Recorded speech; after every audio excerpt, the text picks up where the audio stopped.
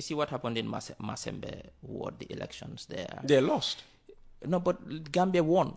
That is what is important. It shows our democracy is maturing. It means that now we are... How did Gambia win? Because UDP retained their seat? No, not that. What I'm saying is that looking at it from a broader perspective, yes, elections are lost and won. These are elections. Somebody has to win, somebody has to lose. In the presidential elections, the NPP won. In the recently, before the presidential elections, the by-elections in Yamina West, the NPP won. Other by-elections in, I think it's I can't remember, in Joka, the NPP won. This one, the UDP won. This is democracy, Peter. You cannot expect to win everything. And remember, what is important when you look at the bigger picture is that the Gambia has won. We've shown the world that we can organize peaceful, fair, and transparent elections. And nobody should come and tell me now that the Gambia's elections have been stolen. This is testament here. When the counting was being done, it was live. Everybody saw. How can you steal certain elections? For me, the learning point is that the Gambia's democracy is maturing. We can organize peaceful elections without any issues, and the losers accept. And the president has been magnanimous enough to write to His Excellency Ousainou Darboe to congratulate him and his party. You're being very respectful this morning. His Excellency Ousainou Darboe. Yeah, but he's an excellency. He's been a vice president, and then he deserves the title. Now, congratulating his party.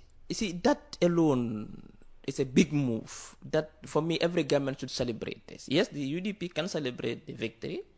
And they are celebrating, trust me. Yeah, they can celebrate. But I think, by and large, for me, there are two takeaways, Peter. One, our democracy is maturing. Two, we can organize peaceful, credible elections. And the losers can accept defeat and do so publicly by congratulating the opponent. And everybody goes home. And that's it. Now, what is remaining is the councillor, the guy who won, Mr. Jaju. We wish him all the best and we congratulate him. And we hope he delivers true to his promises. To the loser, by the way, is also a Mr. Jaju. Yes, they are from the same family. And the pictures I saw yesterday coming from Masembeh, where they met and shook hands, it shows the true Gambian spirit that we can fight or we can battle at the polls. But then when the dust settles and the election is lost and won, we can still go back and become one family and work together to develop this country. That is what is important. Now, but again, the number of registered voters in Masembeh ward is about roughly 1,600.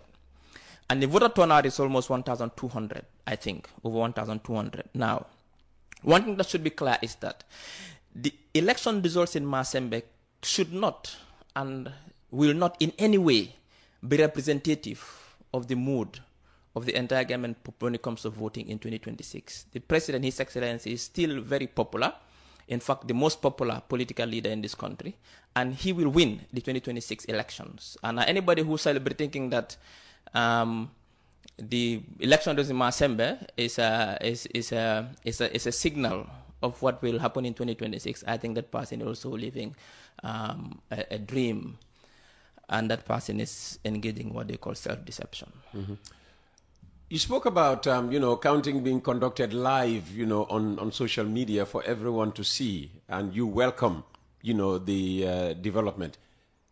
Should this be encouraged, for all types of elections in this country going forward? 2026 during the presidential elections, 2027 for parliamentary, and is it 2028 for local government? Well, what happens in individual counting polling stations is not for me to decide. I think that is left to the IEC to make assessments. If it's good, why don't we hold on to it? Well, it depends on the security assessment. You're telling us that Barrow is so good for this country, we should keep, voting him into office. Definitely, but what I'm also trying to say is that ward election is not a national election. It's not a ward election. Now, so why are we celebrating it's for the IEC to make that assessment at that time to see whether that would be a good idea or not. That is for them to make that assessment together with the security personnel. I wouldn't be able to speak on it. What I'm saying is that our elections, as demonstrated by the live broadcast of the counting, shows that our elections are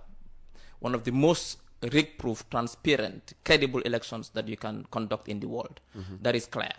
And this has been proven by when we watch the live and the counting. People now see how counting is done when polls close.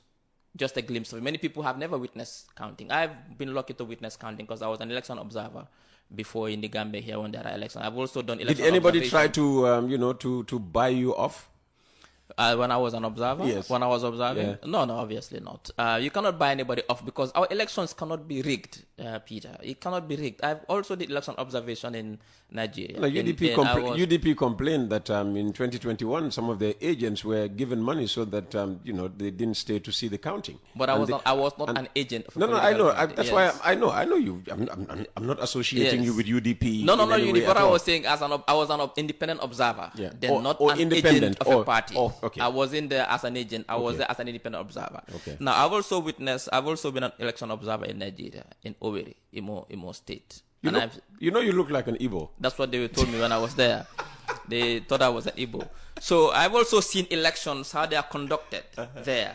And then I really realized that definitely the Gambia's elections are far more credible, far more that you can have in Be most careful, countries. you could be causing a diplomatic No. I'm not. When What I'm saying is that I'm not talking about Nigeria in particular. I'm saying is that the type of voting system we have here, not just the paper ballot system. I'm saying that the system that is practiced with paper ballot system. This is archaic.